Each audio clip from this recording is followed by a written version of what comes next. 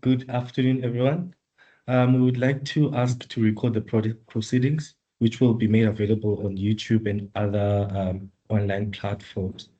Is everyone okay with that? Yes. My name is Lele Tunkonjene, and I am the hosting chair for the seminar this afternoon. Thank you for making time to join this joint HSRC and ISER hybrid seminar for one of the most important research and policy discussions on the socio-political and political attitudes on politics. Our discussion today is on quality of life and political support in South Africa. The ISER hosts events on typically 4 areas, namely environmental resources, education and skills development, international trade issues, and last but not least, human development and quality of life. Today's seminar is on quality of life by Dr. Ben Roberts and Prof. Valerie Møller. In summary, the past decade has seen a dramatic decline in levels of satisfaction with the functioning of democracy as well as political trust in the country. In addition, there remains a deep unhappiness with basic government-provided services for many. This has contributed to widespread protest action, leading to claims of rebellion of the poor. South Africa is not unique in such developments, leading political scientists to question whether the world may be entering a time of democratic decline. Everyone can read further on the summary of the seminar on the invitation. In short, Dr. Roberts is a research director in the Developmental, Capable and Ethical State Division at the Human Science Research Council, South Africa. He holds a PhD in Social Policy and Labor Studies from Rhodes University. He is currently a visiting fellow at the Institute of Social and Economic Research at Rhodes University. And please read his full bio in our invitation. On the other hand, Prof. Møller was appointed to the Chair of Quality of Life Studies at Rhodes in the Institute of Social and Economic Research in 2007. Before that, she was the director of the Institute of Economic Research from 1998 till 2006 and headed the Quality of Life Research Unit at the University of KwaZulu-Natal, Durban, South Africa. In the 1990s, together with South African colleagues, she initiated the South African Quality of Life Trends study that has tracked the personal well-being of South Africans from all walks of life since the 1980s.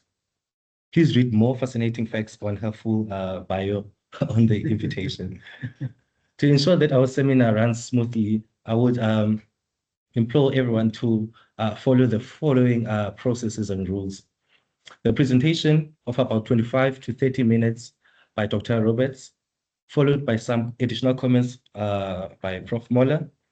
This will then be followed by a discussion time with questions and comments from everyone.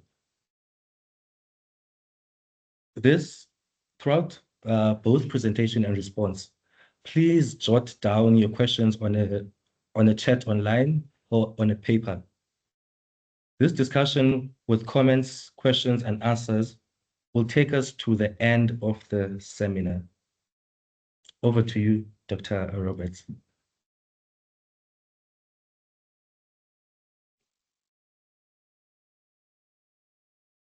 Thank you, Leletu, and it's a great pleasure to be here this afternoon. I have sorry, I'm testing the technology today.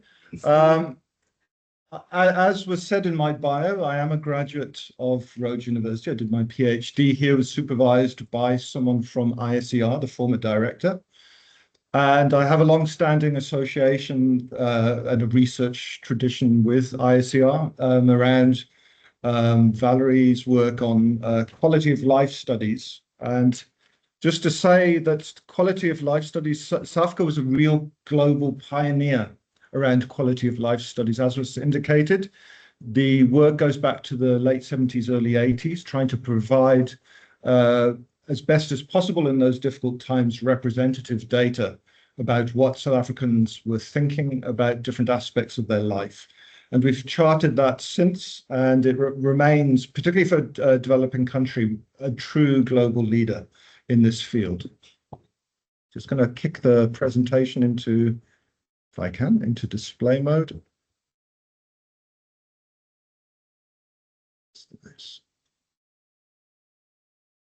Some technical support. How do I kick it into?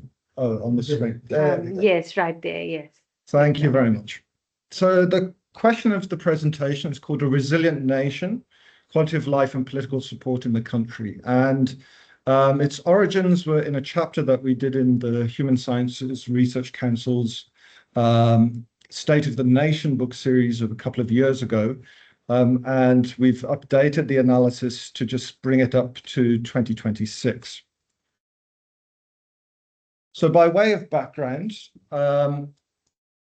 obviously we're going through a particular geopolitical moment, or maybe it's longer than a moment, but over the last decade or so, there have been signs, not just in South Africa, but globally, of declining levels of satisfaction with the functioning of different aspects of democracy, as well as political trust. And so questions that's distinctively happened in this country, as I'll show later, the questions remain, is this just a reflection of what's happening globally, or is it something distinctive? We've also seen deep unhappiness with basic government-provided services for many South Africans. And that leads to this rise of quite widespread protest action that we've seen, leading to claims of a rebellion of the poor by certain academics. The study itself, we particularly look at the relative influence of a range of political support measures on subjective evaluations of personal well-being in South Africa, using data from a representative survey series that Valerie initiated and that I've been running for the last 20 years. So it's a foundational. I'll just pause a second. Just a second, please. Risha, can everybody see the presentation online, or has it gone off online No, as well? it's gone off completely, Prof. Oh. Okay.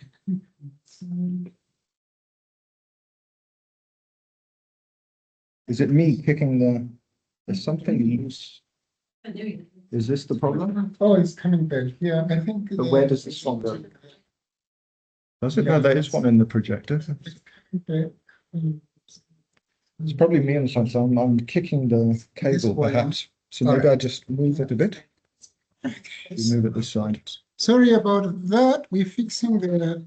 There we go. Hopefully, There you Risha, if you could just confirm if it's back online. It's not online as yet. I think maybe you have to share the screen Let me again. escape and Let's show. show desktop. Rather share. Is it sharing now, Risha? It is sharing, but the presentation's not sharing. The It's call is just sharing. okay. Yeah. So maybe we can do this. Yes, there we go. And then How do I kick it into presentation? Okay. That's not that's. It's this. Do you want me to do it? I think, yeah. Do you want to just, you know your machine better than mine.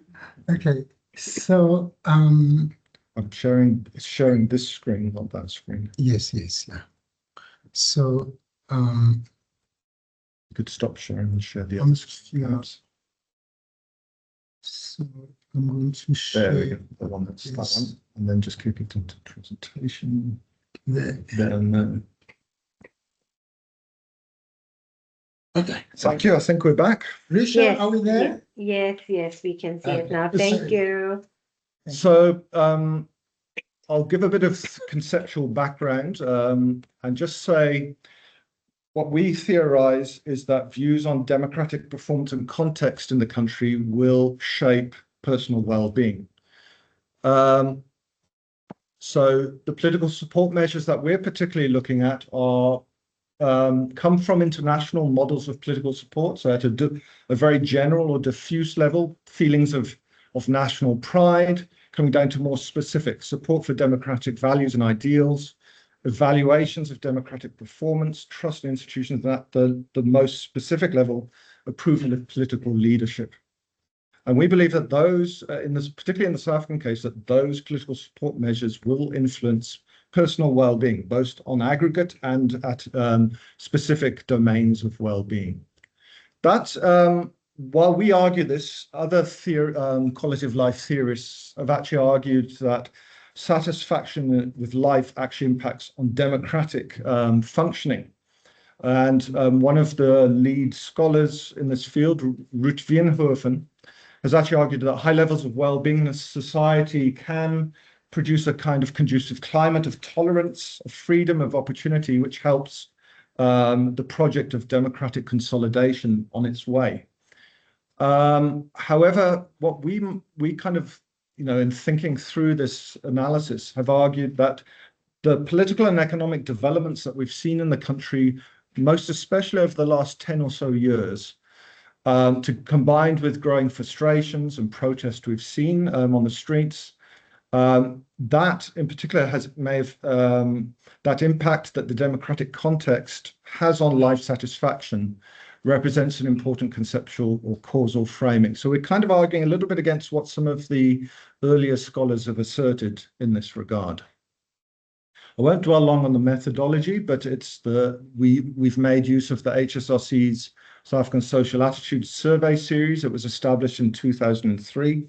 It's annually conducted nationally and provincially representative, and it's designed to be representative of the public age 16 years and older. We do face-to-face interviewing each year using handheld devices. The typical kind of international norms and standards around ethics and quality control apply. And in each round, we normally do between 2,500 to 3,200. It's close to the 3,000 mark with each round, and it's weighted to be representative using the most recently published mid-year population estimates. So I want to start with the big picture, 40 plus years of quality of life measurement. And this is looking at satisfaction with life as a whole from the earliest round that Valerie conducted in 1983, where 68% of South Africans voiced satisfaction with their lives as a whole.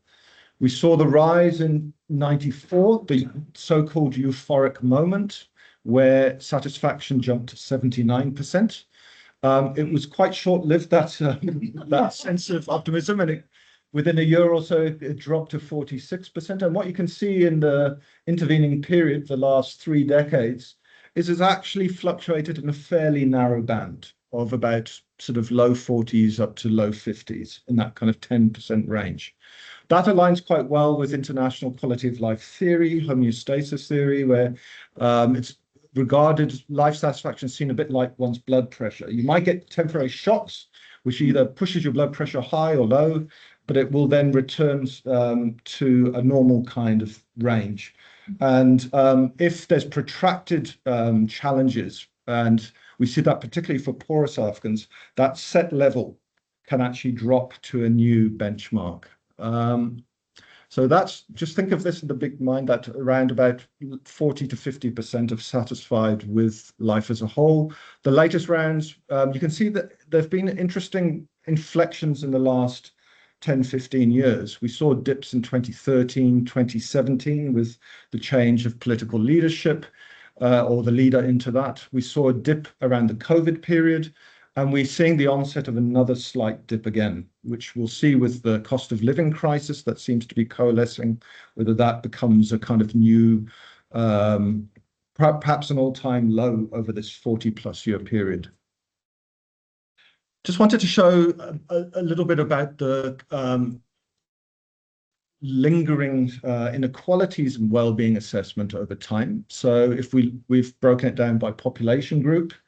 If you look at the evaluations by Black South Africans, we can see that euphoric moment was driven primarily by their enthusiasm around 94, and it's been quite in a similar range around the 40% mark since, with a slight decline on aggregate over the full period, and a particular dip in the latest round, which was conducted between November last year and February this year. For coloured Indian South Africans, slight inverted a U-curve effect, but it's at around the 60% mark on average. And for white South Africans, there has been you can see the fluctuations. There's on aggregate a slight dip, but again, it's above the 60% mark still. So that 20% gap in life satisfaction has persisted over the last 3 decades. I wanted to give a bit of a generational take to this, and this is looking more narrowly at the 2003 to 26 period. We've done it by cohort, so we're looking at the same group of South Africans over time. The far left-hand side looks at the 2 born-free cohorts, the born-free millennials, and we're defining that as born between 1980 and 96. So they grew up in a free South Africa in democratic times. And then the blue line that comes in the mid-2010s are the Gen Zs. It's quite interesting for that both those cohorts have shown a progressive decline in life satisfaction on aggregate, and actually the Gen Zs are showing the biggest recent decline in life satisfaction, converging on the millennials, but might dip below it in coming rounds. The struggle generation, which were those who were born between 60 and 79, as well as the generation that grew up in the period of grand apartheid from 45, born 45 to 59, you can see it's been a little more stable around the 50% mark. Those who are older, born before 45, show a slight upward trajectory on average, but again, it's hovering on average close to the 50 to 55% range. So it's certainly given the relative share of the population now that the 2 born-free generations comprise. I think it's those dynamics that quite significant decline in life satisfaction is certainly something to watch, and it's certainly going to shape the political arena in the country.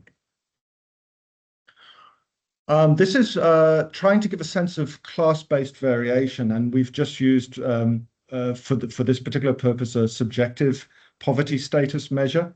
And we've just collapsed the scale into those who say they're not poor, those just getting by, that's the dotted line in the middle, and the poor, the green line at the bottom. So what we can see is there's quite a substantive gap in life satisfaction evaluations between the poor and non-poor based on this subjective assessment.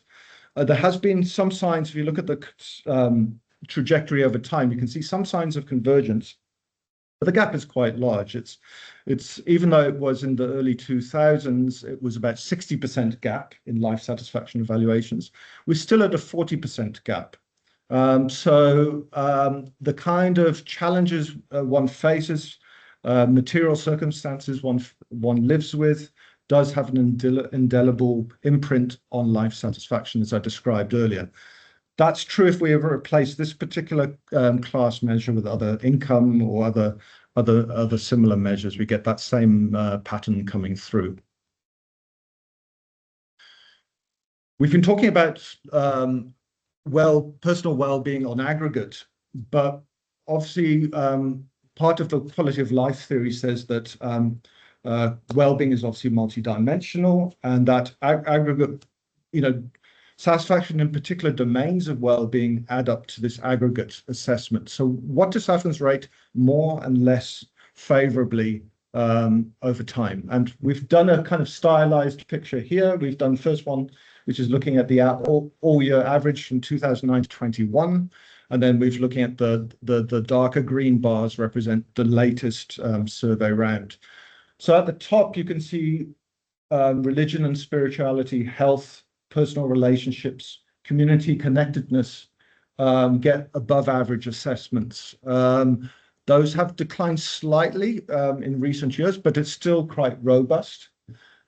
Slightly more middling level satisfaction comes through on things like personal safety. And then we get much harsher evaluations coming in on things like standard of living, what one's achieving in life, as well as particularly future financial security is quite harshly assessed. And I think we're going to see harsher evaluations come through with the growing cost of living crisis we've seen post-pandemic. This one is one that I keep on returning to because it's very striking for me. If you look at the international literature on trends in well-being around different world regions, one of the things that particularly comes out of South America and it comes out of African assessments is we say that things in the recent past have been tough. Life's been tough. We say the present is also quite harsh, but we're optimists. Things will get better in future. And South Africa historically has been a kind of good archetype of that kind of international finding. But what we're seeing, and you can see the relative positioning of the red and green lines on the left, is that there's been a rapid convergence. It's like come together. So to the extent which in a few recent years, we've seen the sense that expected future mobility will get worse, exceeding the optimistic view. So the pessimism is growing to the extent which we see a greater share of South Africans voicing pessimism and optimism of late. I think it's true also if what I wanted to say is that's driven partly by changes amongst the Black African majority. And you can see that they mirror each other. So the left-hand side one is the population as a whole. The right-hand graph is Black South Africans specifically. So there's really been a shift in mindset and outlook amongst South Africans, particularly it comes in, I mean, it's been a progressive change, but I would say particularly since the early 2010s, it's really gained momentum, this change. So it's one that we're quite worried about because it's changing our narrative from one of hope and resilience and optimism to one where we actually are quite concerned about a growing fatalism that's coming through amongst the public. It's not all bad news. We're still quite resolutely proud about our society. You can see that it has dipped a bit, but I mean, 76% still say that I'd rather be a citizen of this country than anywhere else in the world. So, and we've got other measures of national pride, and it's emulated this. So there has been a modest downturn, but even in the last few years, that's recovered a bit post-pandemic. We have asked in 2003, 2013, and 2023, what are you proud about? And we had a set of measures we fielded. I'm going to work from the far left-hand side to the right. So South Africans tend to be quite proud of sport. Surprise, surprise. We love our sport. Interestingly, given what's happening now, we're very proud of Defence Force. And, you know, particularly, yeah, Prof. Barter's laughing, but I think it's, we're seeing the deployment of Defence Force in a range of developmental roles beyond its core mandate. And the public kind of likes that. And we've done a lot of assessments around this. And relative to other institutions, the Defence Force gets quite surprisingly positive assessments, where others are we're seeing trust collapse.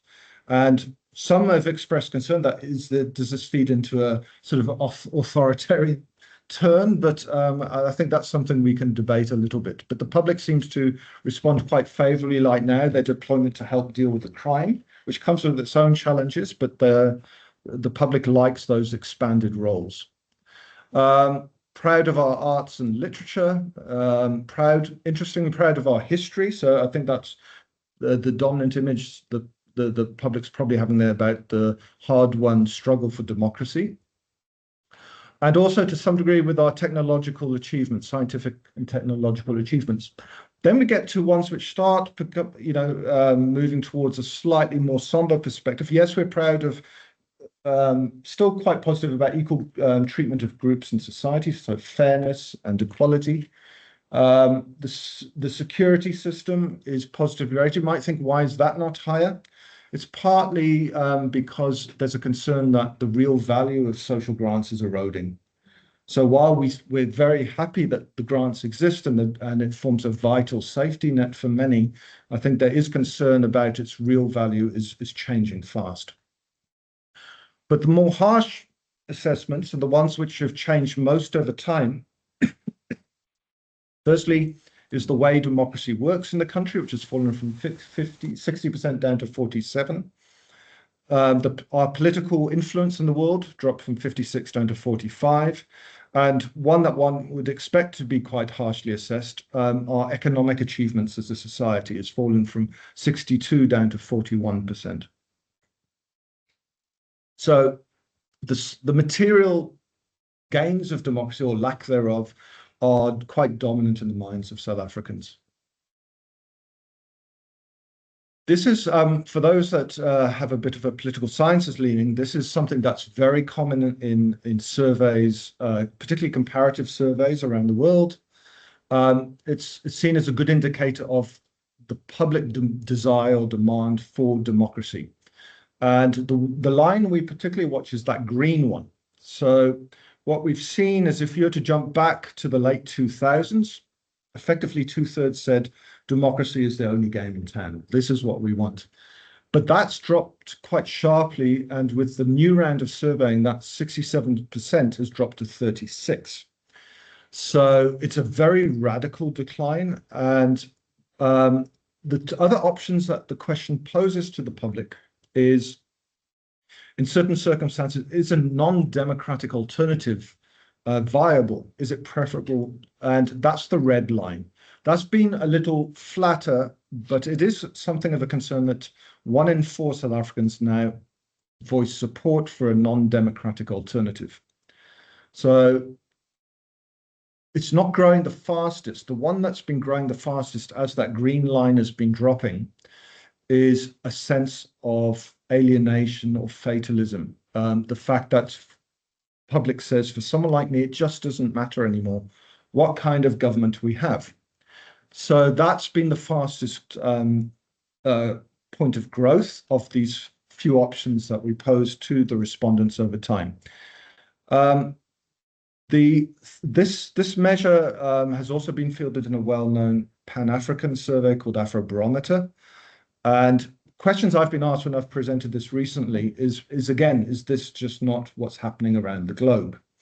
So I wanted to give a Pan-African perspective on this. So the left-hand side is the Afrobarometer average from round 1 in the late 90s, so 99 to 2001, right through to their latest round 10, 25, 26. So look at the green line again. The demand for democracy across Africa on average is fairly stable. We're seeing it in the 65, 70% range across the full 10 rounds of assessment.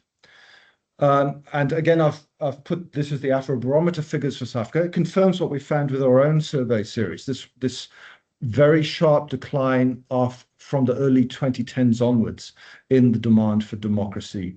It's fallen more than 30 percentage points. So I think it all around about 30 percentage points. So we are somewhat distinctive on the African continent around this changing nature of the demand for democracy.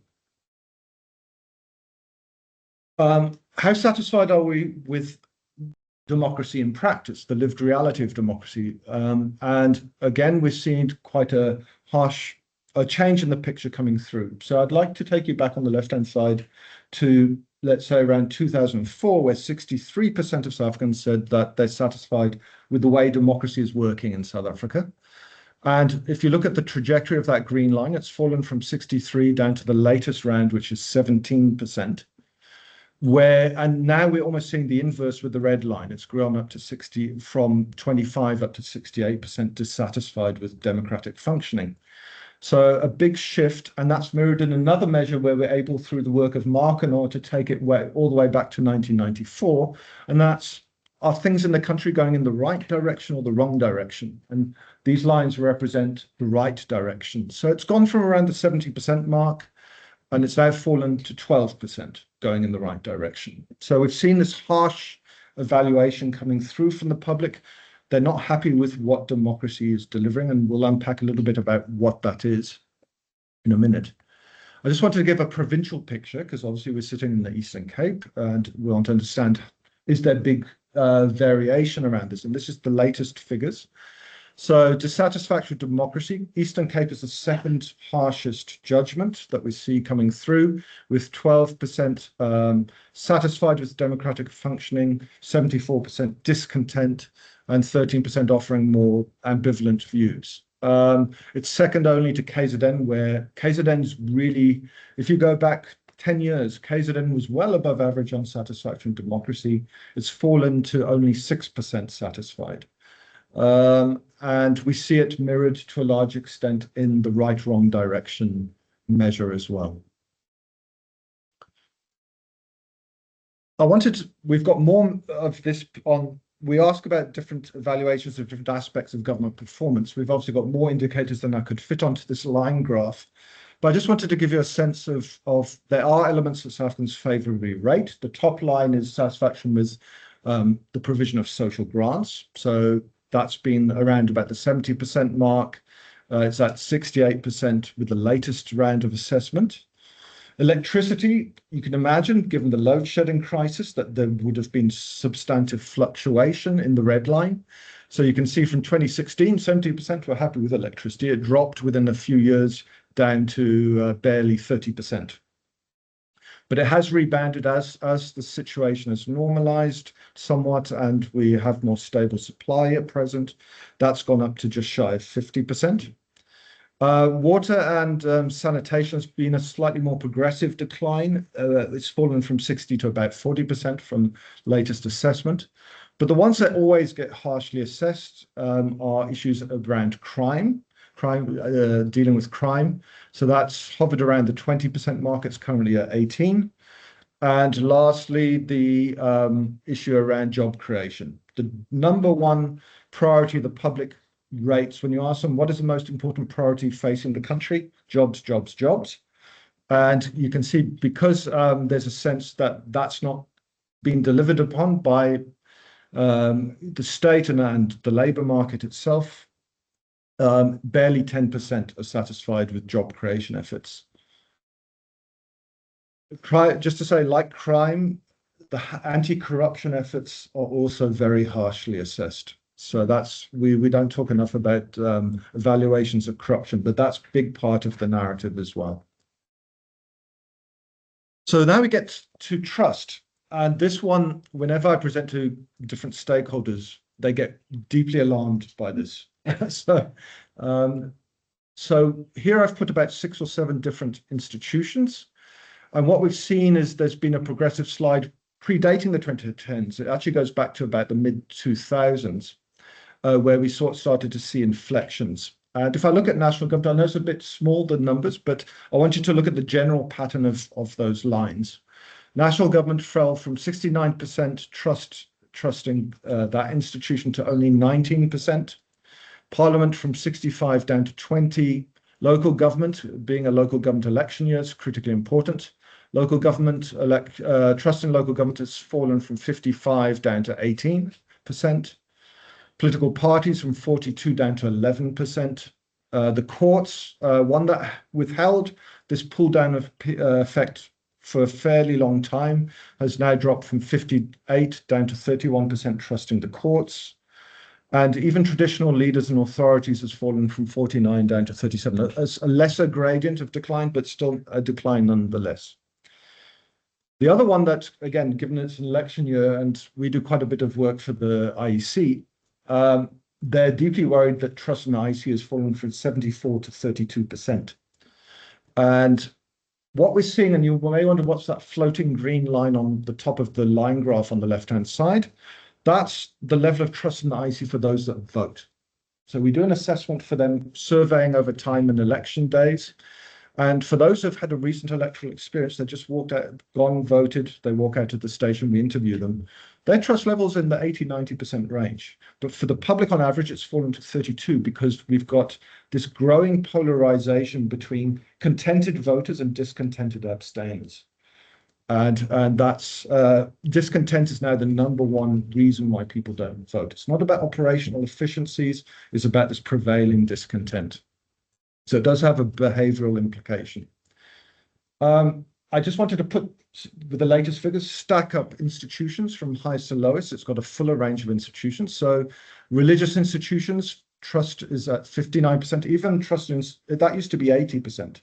It's now down to 60%. SABC we still like. I'm not sure if we like the political content, but we certainly like the entertainment value it provides. Defence Force at 51, so that again shows how high Defence Force gets rated comparatively. Traditional leaders, and then the IEC at 32, the courts around the same, and then harsher views coming through on trade unions, parliament, provincial government, national government, and especially harsh on the police, surprise, surprise, local government, political parties, and politicians. So it's quite, you can see it's quite a significant gradient, but there's been profound change over the last 15 years in this measure. I also wanted to say that coming to the Commission, what difference does satisfaction with democracy make for trust evaluations? So if someone says, I'm very satisfied with democracy, trust in the IEC stood at 55%. It progressively kinds of, if I say I'm very dissatisfied with democracy, that trust in the IEC falls to 17%. So democratic evaluations are intimately tied with overall democratic, trust levels in core political institutions. So if you feel democracy is not working, you're going to punish the political and other institutions. You're going to give them very harsh assessments. Leadership. So obviously leadership is something that gets talked about on the streets a lot and in one's in conversation with family, friends. What's happened to general satisfaction levels with political leadership on average? So you can see that if we go back to 2012, 32% were satisfied with political leadership in the country. That's fallen to 12%, with a rise to 75% dissatisfied with current political leadership. The harshest views are coming down in KZN. It fell from 31% to 4% satisfied with political leadership. Eastern Cape's quite close to average, but it's obviously very low. It's fallen from 30 to 12%. So you can see across the board the difference between the blue and the orange lines. There's quite a significant change that's occurred since 2015 to now, over that 10-year period. We also asked, we did one of the surveys we've just finished for the IEC, we actually asked about the characteristics people want in leaders. And we're trying to get into the idea, is there an appetite for authoritarian style leadership? Probably in this era of Trump, has it resonated with publics around the world? And what we found here is there's this resounding demand for strong, decisive leadership. We believe the leader should be strong, tough, rather than sensitive, tender in their kind of approach to the public. We also looked at a range of more authoritarian statements, and what we found is quite a significant minority supports leadership acting without any form of institutional procedural constraint to their authority. So a third believes that presidents should be able to break the rules. They should be prepared to break rules if it means that they get things done. 23% felt that the leaders should be able to make leaders without having to consult the public. Again, with the intent of just getting things moving fast. And equally worrying is 26% felt that leaders should ignore laws or the court decisions that they believe are wrong.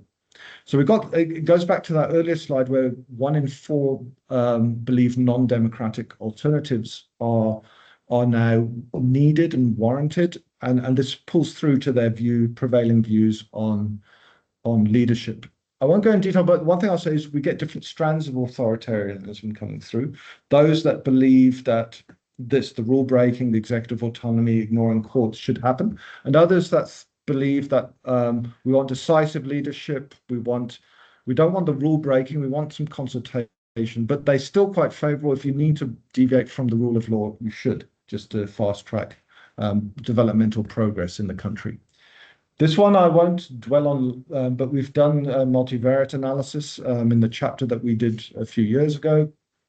And most of the measures I've talked about had a significant positive effect on personal well-being. The only one that was a bit softer was national pride, but all the others had quite a strong positive influence. Yeah, our last couple of slides.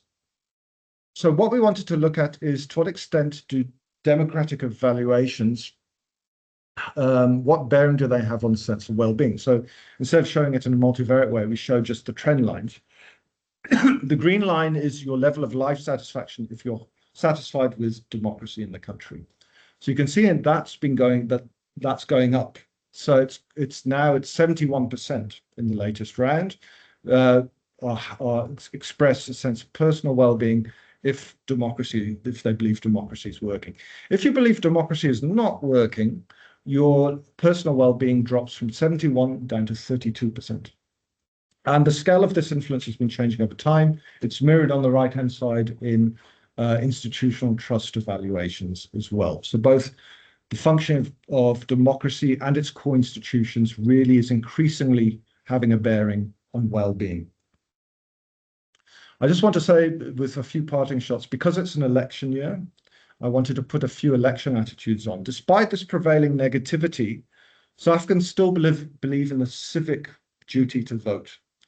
So yes, it has changed. It's softer than it was in the early 2000s, but still, 62 to 70% believe in the duty to vote, even amongst the Gen Zs, we find this. So this talk of youth apathy is misplaced. It's too oversimplified. A lot of born frees actually believe in the duty to vote, even though they have lower propensity to turn out and vote.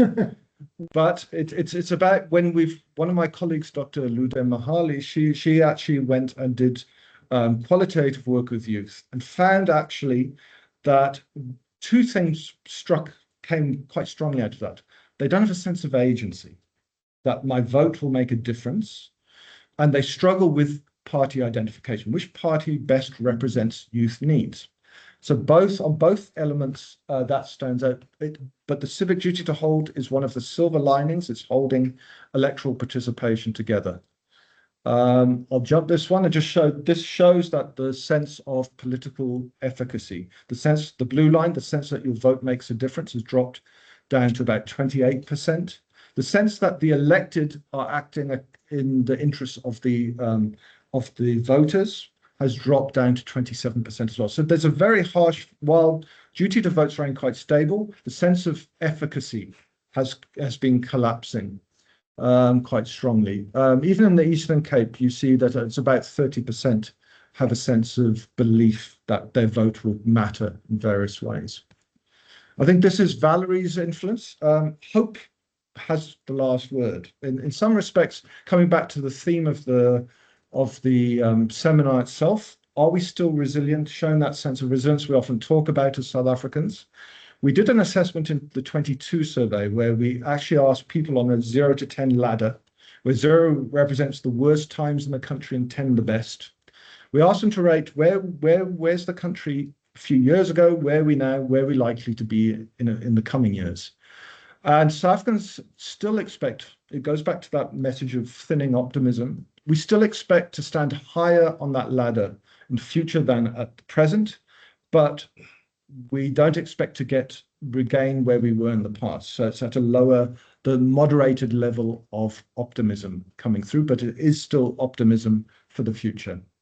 And amongst Black South Africans from the survey, who tend to voice particularly strong expectations of a caring government, they still come through as the most hopeful, and some of the open-ended responses they provided were, it'll be good for our leaders to be honest and caring for our community. So they want accountability, they want integrity, a developmental, capable and ethical state in some. We also did focus groups in Makanda East amongst youth in particular, and there was an appeal for unity in the community as a basis for achieving a better life for all. They believe that unity can help overcome all manner of obstacles. It's what we should strive for. It allows us to speak with a single voice.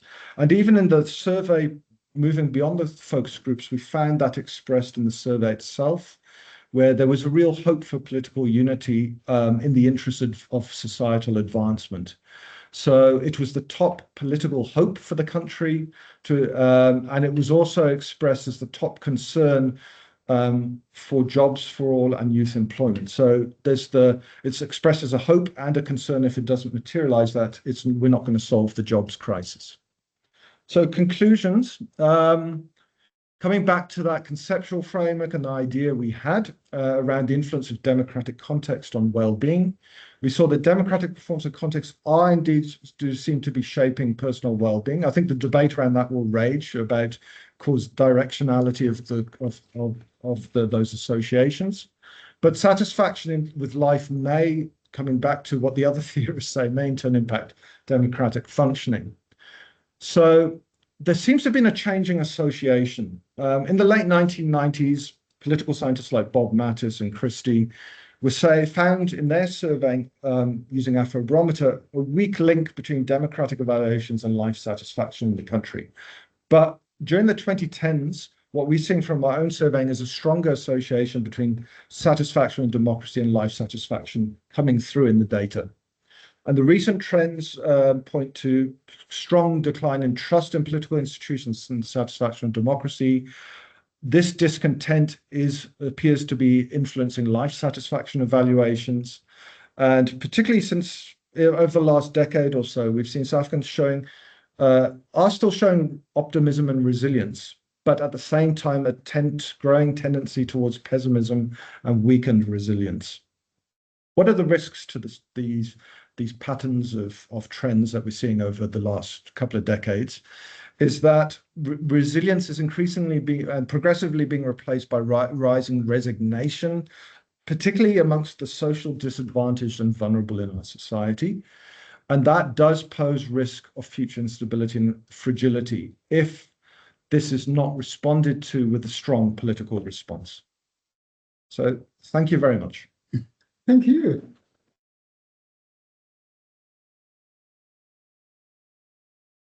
Valerie, do you want to say something? Switch chairs.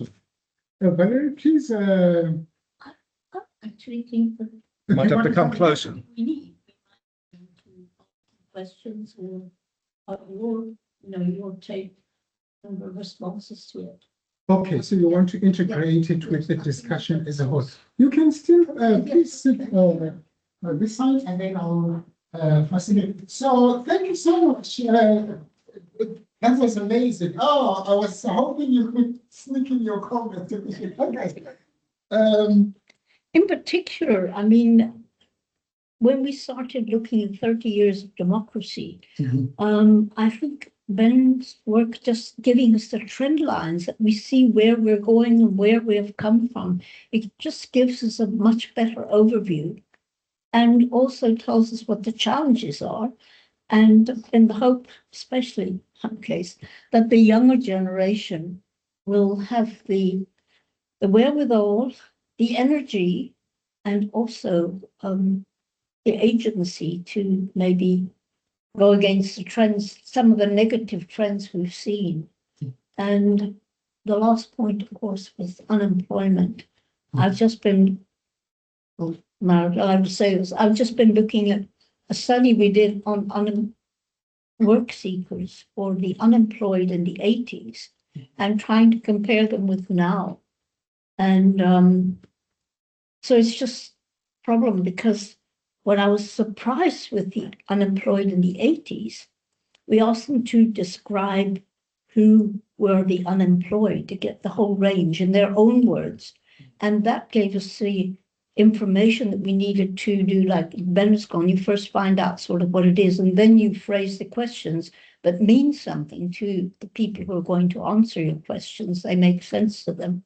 Okay. And even at that time, we had people who said, well, we're unemployed because there is a recession out there, which I think should ring your bells. We are going into a recession. I mean, things are happening. And secondly, there are so many people, there are no jobs. And if you look at the rising population groups throughout the world, there are just more youth, particularly in Africa, because Africa has the youth dividend, but they're not able to seek or the dividend on the continent. They are looking elsewhere.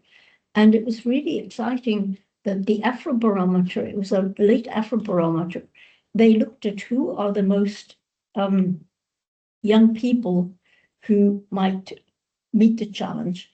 And they said they were the more educated youth, mature, and they also were better prepared to go there.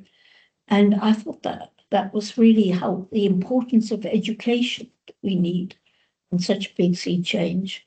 And that, but an interesting on that one, it was a time of great countries around the world were seating young men from Africa, and they didn't know, well, this is overwhelming. And they said, well, we would like to find jobs on Africa. We don't necessarily want to go abroad. And at that time, we wrote that trade, that's your field. In Africa, the barriers are supposed to be coming back. And we thought, well, in future, maybe if we get that right, it will be easier for young people to find jobs on the African continent. And maybe we'll also become a bit, there was nothing on xenophobia in yours, you didn't put that. Not in this, but Yeah. we have looked at it. I was really shocked how xenophobia is rising in that study. We mentioned the hopes and fears studies, that is increased over the time. And I mean, there are different voices. Some say we can use those skills coming in and we can learn and everything. And we did do a study in Akana, and it was still Grahamstown at that time. And the traders here, the local people, said we can learn from traders coming here because they're well organized, and that. And we now see that self-employed people, I mean, setting up enterprises, this is a new South Africa that's really wanting to become entrepreneurs. And there are also many projects that provide young entrepreneurs with the type of skills they need. But I think central to this is that satisfaction with life should give support to democracy, and democracy in turn should make people more satisfied and hopeful with life. I was actually intrigued, Ben. Now Valerie is mentioning this, what causes what, was what was going on, especially talking about the dissatisfaction, say, with democracy, and how that then affects or is affected by your outlook into what future will bring. So I wasn't sure. So maybe you can just hold on to that thought, and then we go online, Risha. For people who want to ask questions, both to Ben and Valerie, you can unmute yourself if you can, or Risha can help you, or you can write your question down. Risha, over to you. Yes. Thank you, Prof. And also such a massive thank you to Ben and Valerie for such a lovely presentation. I, of course, loved Do all you of just this. want to speak a bit louder, Risha? Yes, is this better, Prof? Can you hear me? Yeah, we can hear you very faintly for some reason, but go ahead. Okay, is it much better now? Yeah, go ahead. Okay, no, I was just saying it's such a fantastic use of statistics to strengthen up arguments and sentiments that I'm sure most people are feeling. So thank you so much for that, Ben. So online, we have one question from Sam, and then we also have a few questions from Prof, which I'll read out. So first, I will go to. Do you want to ask Sam to just state his own question? Hello, Sam. Sam, do you want to Hi. unmute? Yeah, go ahead. Okay, great. Yeah, so just a quick question there. So, well, I mean, thanks for the great presentation as well. Yeah. But then looking at many of the slides, one sees this really clear race divide and class divide, which is not particularly surprising, but it's also quite striking. But then there's also, well, this is my question. Okay, is there also an urban-rural divide? Because, like, for instance, on the slide on institutional trust, you see this very clear difference between trust in, like, traditional leadership versus political parties and politicians. So, particularly in that sense, in that political sense, but more broadly, how does the urban-rural divide come through? Okay. All right. Let's take three, and then who is next there, Risha? After Sam, I see Dr. Reddy has got her hand up. Yes, you can unmute, Vivian. Go ahead.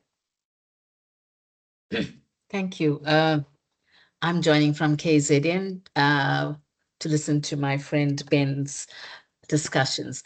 And okay, I mean, Ben and I have had lots of discussions because we do the public attitudes to science. So just to be a little provocative, on the one hand, I can understand reporting on quality of life indicators and in parallel, the political support. But trying to find the link between the two is confusing me. And it reminds me, Ben, of if we look at some relationships, it's not these relationships between the different constructs are not necessarily linear. We can have parabolic relationships, and what comes to mind if you look at attitudes towards support, how does education, no, let's rephrase it, attitudes of support towards, say, biotechnology or genetic modification. And if we look at those kinds of things, there is a parabolic relationship, and if you link it to GDP or the level of development of a country, because people are more educated, then they're more aware and they're more critical, etc. So trying to link those two, why did you want to link those two? And what was at the start of trying to link those two, what was your hypothesis of what that relationship would look like? And did it meet your hypothesis, or did it prove or disprove your hypothesis? Thanks. Okay. Is there another person, Risha, online? No, it's just the questions and comments that you sent me, Prof. Okay, no, don't worry about my question. Just in case we need more, we'll use them. Okay. I think we've done the online round. I will ask both our presenters to then just respond to those questions, and then we'll go to the room. Thank you. Yeah, thank you very much. I'll start with Sam's. I think the geospatial perspective around some of these patterns is a key question. You probably got a glimpse of what might be the rural-urban differentiation from some of the provincial slides that I put in, but there is obviously a clear rural-urban divide. In some ways, it depends on the measure you look at, but trust, we still find that there's stronger levels of trust in rural areas than, say, metropolitan spaces, where there's been a much more critical perspective emerging. So even if you look at a province like KZN, the metropolitan views in KZN, like eThekwini, etc., are much harsher than the sort of more rural, some of the more rural perspectives coming out. So that's there, but it's not always consistent across all the indicators that I kind of talk to. But it is on average, that's the way it stacks up. We've also looked at, going back to some of the metropolitan classifications from metropolitans through to predominantly rural metros, and looked at some of those associations. And there's a real, it comes through even based on a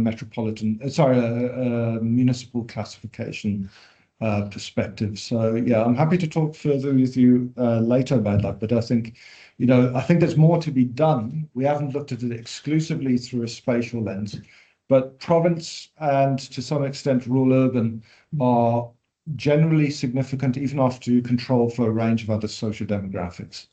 I wonder if it's affected by the bigger trust on traditional leadership than it is on politicians, the difference. Yeah. Anyway, okay. I think on Vijay's provocation, I think, Vijay, I think it's difficult because we try to digest in a fairly stylized way so much data. But we were looking from the hypothesis point of view, we're actually trying to see if the early literature on this in South Africa, and it dates back to about the late 90s, was actually still true, where the argument was it doesn't matter. The association between evaluations of contextual and particularly political change doesn't have, to some extent, your personal well-being is independent. But what we wanted to see assert is whether that has progressively changed over time. And it matters not only in absolute terms that the well-being is shaped by contextual change, but we wanted to understand, by extension, does it have a bearing on political behavior? So that's the element we didn't really get to speak to, but that's ultimately one of the outcomes we want to look towards, where we have seen collapsing, at least from a conventional politics point of view, collapsing turnout. And there's a generational patterning to that changing, that retreat from conventional politics. So we really wanted to understand those dynamics. Could the association, instead of being linear, be bidirectional or even parabolic? To some extent, yes. So we do need to be careful about some of the assertions we make, particularly around issues like, and it goes back to the heart of what we were saying, where some were arguing, going back to some of the international scholars, that your well-being shapes the political outlook, but we actually maintain that it is the other way around, potentially, in this particular instance. So it's become that way over time. But in terms of the directionality, I don't think we're going to solve that now, because we're not using panel data. We're using repeat cross-sectional data. We can look for some of the parabolic associations that you're referring to. I presented mostly descriptive statistics rather than multivariate statistics. But we have done some of that. There's a lot more to be done in this space. So this is really an early engagement with both the theoretical literature and obviously the empirical tradition in this regard as well. Okay. And sometimes, I find that with some indicators, the older people get, you start seeing trends going down, or trends, and then that determines the relationship if you are looking at the whole range. But the meaning sometimes gets lost if you are not specifically looking at youth. And then specifically looking at older people, or looking at poor people, and then looking at richer people. Then when you put them all together, then you get like crazy. Sometimes it's not even parabolic, it just goes up and down, and then the meaning gets lost. Let's open it up to, by the way, I was very interested in what you're going to say. He's an advocate. He was admitted to the court last year, and then to see such negative, your discussion really centered around how people view the courts. And, even with that, I was wondering whether, is it the Constitution or is it democracy? Because there's been lots of discussions about, but I don't know if you've got questions from your side about the courts. Sally, please go ahead. Yeah. Thank you for that. It was very interesting. There's so much there that I think when I see statistics like this, it always reminds me of how what a bubble academics live in. So a lot of the attitudes that you're describing people holding doesn't seem quite accurate when I think about the people I interact with, or when one reads social media statements and things like that. But often that's why this kind of data is important, because it gets it gives us a more representative picture.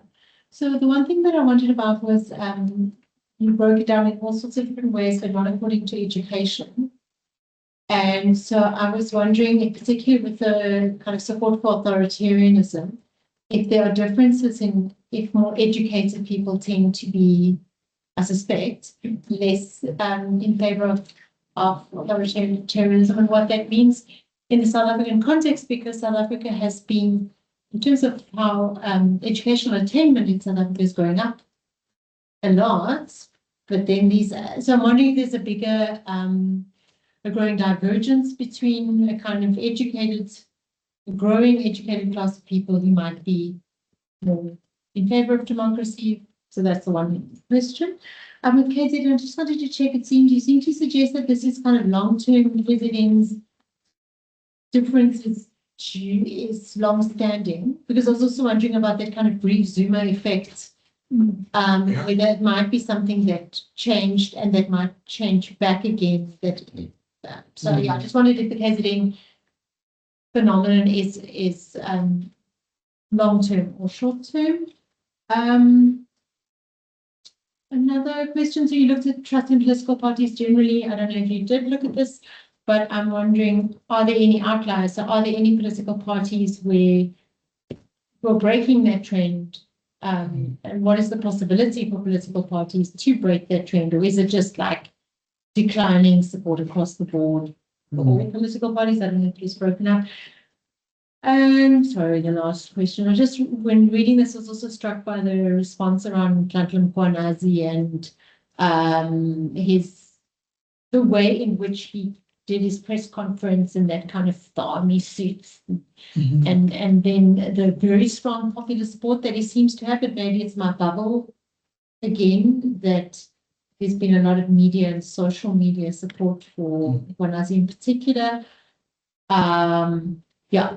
That's not really, I don't know how relevant that last question is, but I'll stop there because that's enough. Last question. Yes, please go ahead. I had so many questions. Oh, give one. I had so many questions. Ben, I think I'm so stubborn, and I was like, I will never do politics and stuff, but Prophet Smith sent me here, and I was like, for what mean this thing? So my first question was, I was trying to find when you started with like quality of life, and also under that I was like, what matters the most for well-being, like being in democracy or certification with the government performance, or what is like the what could you say about or picture a healthy democracy in South Africa? and by the way, you can always have a discussion after the formal seminar if there are questions that have not been addressed. Did you get I hope so, but if not, we can get clarity. So I'll start with the points. Perhaps the question wasn't asked, but I just want to pick up on your comment first about the courts. Yes, yes.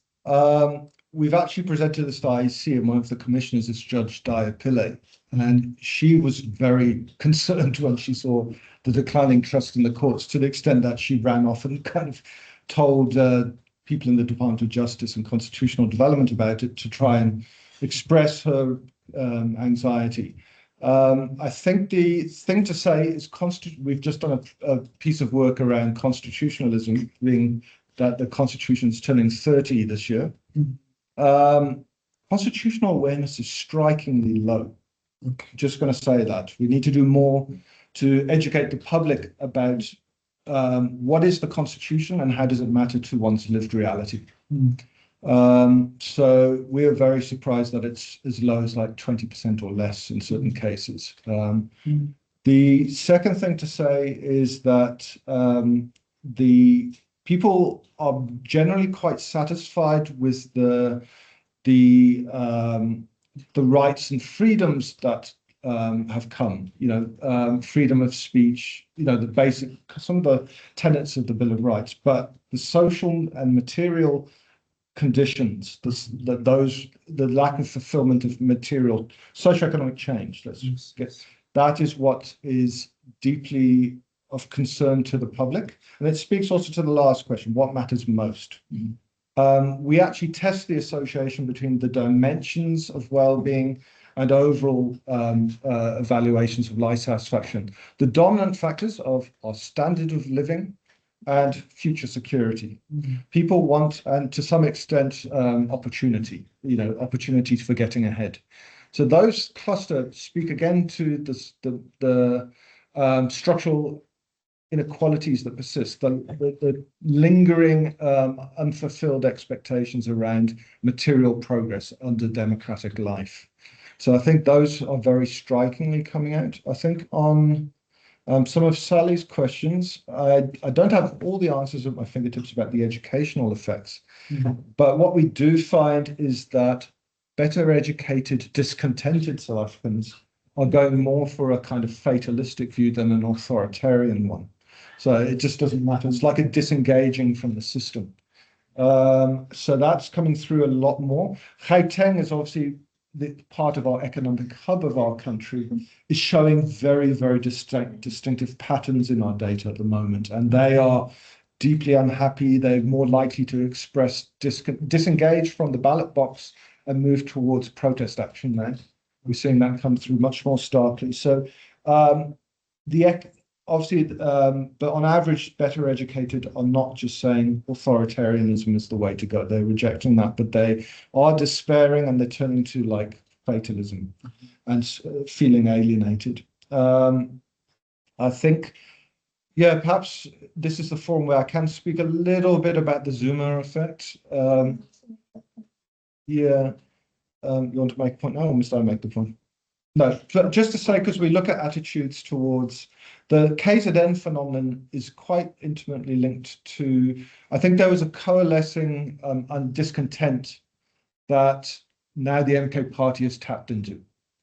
So it was there. I mean, why did the protest with 5 years since social unrest, why did that happen? It wasn't an MK party phenomenon. It was deep discontent coalescing in the province, feeling that the ANC-led governance wasn't delivering on expectations.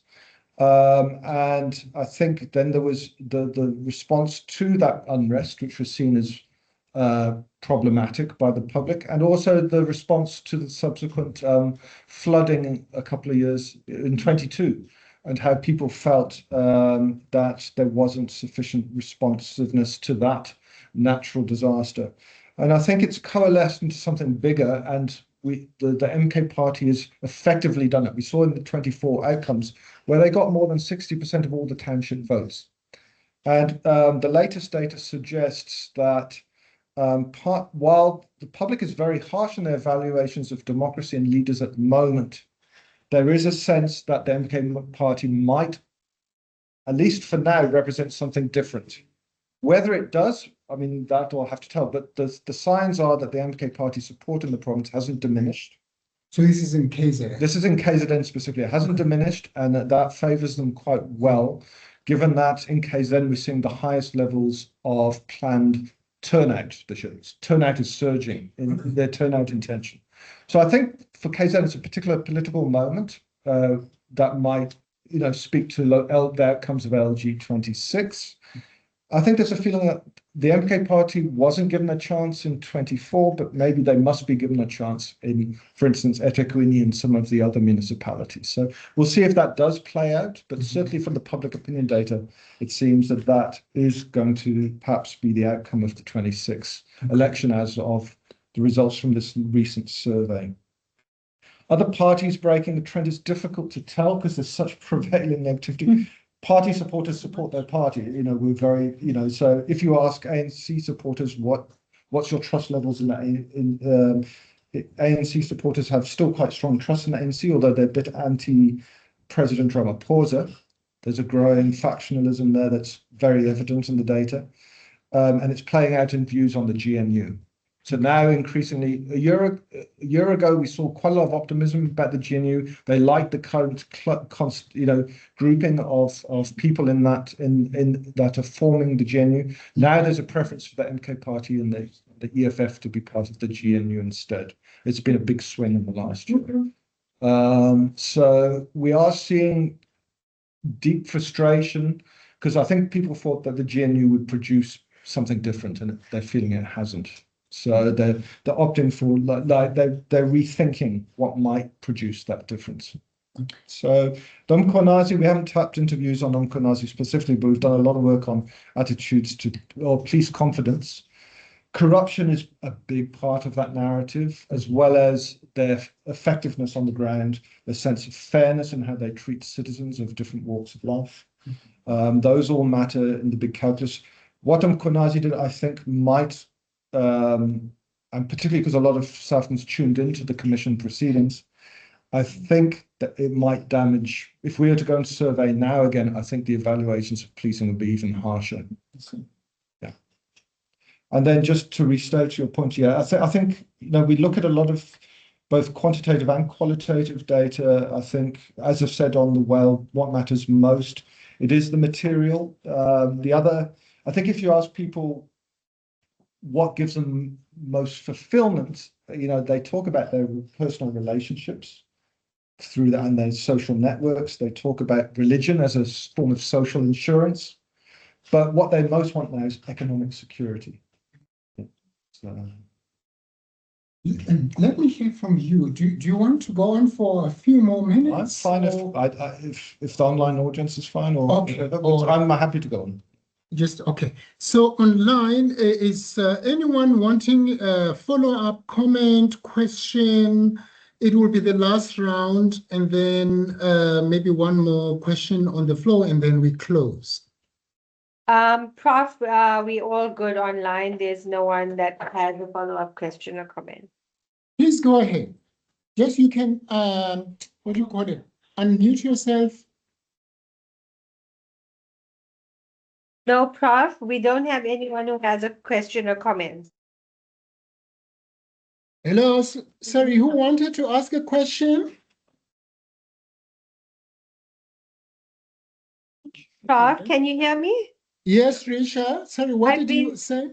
No, I've been saying that there isn't any follow-up questions or comments. Oh, there are no follow-up questions Yes. online. Okay, Yes, so maybe yes. there may be follow-up questions in the house then to the chair.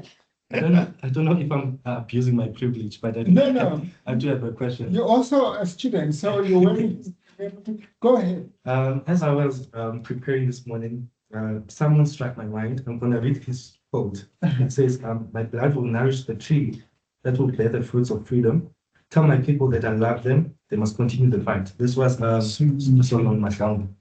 And the fact that he was only 23 years old and I'm 24 years old, it struck to me, and the question was that, am I doing less than I'm supposed to do? Because I'm part of the youth.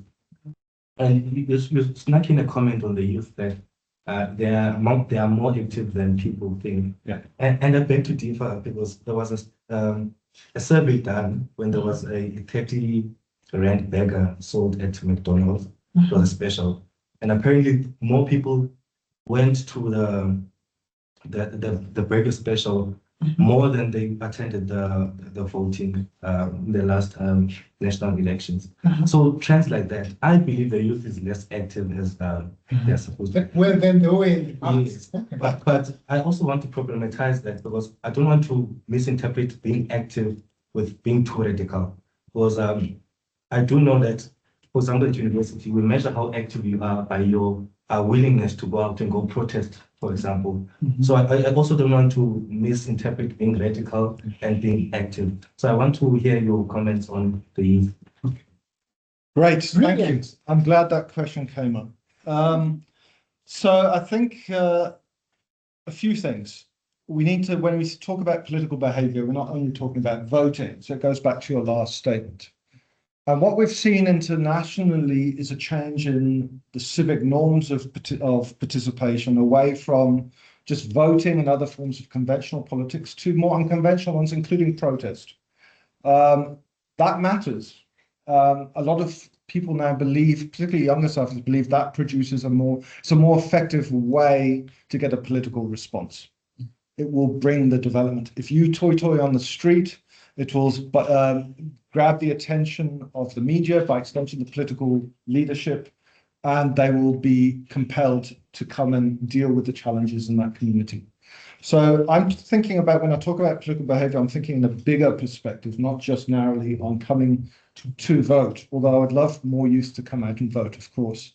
I think I worry about the turnout, because if we look at what percentage of the voting age population actually turn out, it's below 30%.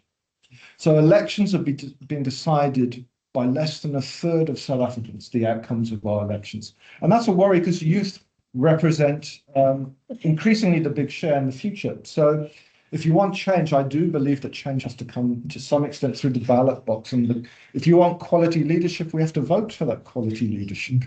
So other thing to say is, from the IEC's own data about who voted and who didn't, the youth that do turn out have a greater inclination to vote than older South Africans. So those that do come and actually cast their ballot are voting to have a greater inclination to vote than older South Africans. But we're worried about those that don't bother. And I think it's about having a rethink. And youth need to understand that collectively they have huge power. They represent a large share, but a lot of youth haven't had their first formative vote. They haven't had their formative electoral experience. If they do, they're likely to vote again, but we need to mobilize that. But the unconventional politics, a lot of youth are getting involved in social and charitable giving, for instance, activities in their community. That's also often has a political element to it, that some of them are involved in fundraising in communities and so on. So we must not think narrowly about youth. When we say the youth are apathetic, I really don't believe it. Yes, they might like their 30 rand burgers, but I think more than anything, they are switched on. They are engaged. They do read politics. If you ask them about their political views, they can express them, but they do not believe at the moment, on average, that the ballot box is the answer. We need to have. I think youth themselves have to have a bit of a rethink, because you can get if turnout declines further, we can get very unexpected electoral outcomes. That is potentially to the detriment of the country. I think it was a year ago, Risha, we had a discussion by Afrobarometer talking about youth participation in politics. It was last year, 2024. Yes, I think it was early last year. Sorry? I think it was early last year. Early last year. Okay, early last year or 2024, we had this presentation, and specifically it was Afrobarometer data, and they were looking at different ways in which the youth is now engaging politically. And those other, non-voting behaviors came through, social media activities. So I would really encourage you to go on YouTube and maybe listen to that presentation by that lady from Afrobarometer. And she outlines different ways in which the youth are now getting involved politically, which is non-traditional in a sense, because actually that's just to say that's the way survey measurement's going. We're looking at online forms of participation as well as offline. So sharing content, political content on social media is a political activity. Yeah, it can be expressing your view on a platform as well. It can be organizing online. It can be using even an online petition. Those are quite common now, online petitions. So I think the spectrum of potential political participation is broadened much more in the digital age. Yes, I Professor remember Møller, I was going to say ones. last wait. Let me just add to that. The political surveys, my colleagues, in that section, they were always, do you ever sort of contact your local leader? They had a sort of broader things than just voting. And now, as you're saying, this has become even broader because in the digital age, you can do so much more. I think that had 3 or 4 questions, it wasn't just, you would know it's your field. It was beside voting, if you organize a meeting, a petition, your local leader, and all these kind of things. So it doesn't have to be. Okay, colleagues, we're going to close the questions, comments, and then give it over to our co-chair to shut us down. Over to you. Okay, colleagues, thank you for joining us today. You will find the recording of the seminar on our ISER YouTube channel and other social media platforms. Comments and questions are very much welcome. We thank you for taking the time to join us. For questions or requests for potential collaborations, please visit our website for our contact. Please pass our great appreciation and thank yous to our presenters for a great discussion. And thank you to the ISER team. Visit our website and contact Ms. Vuyokazi Twani with all questions. Her email is also on our web page. Have a great day further. Thank you.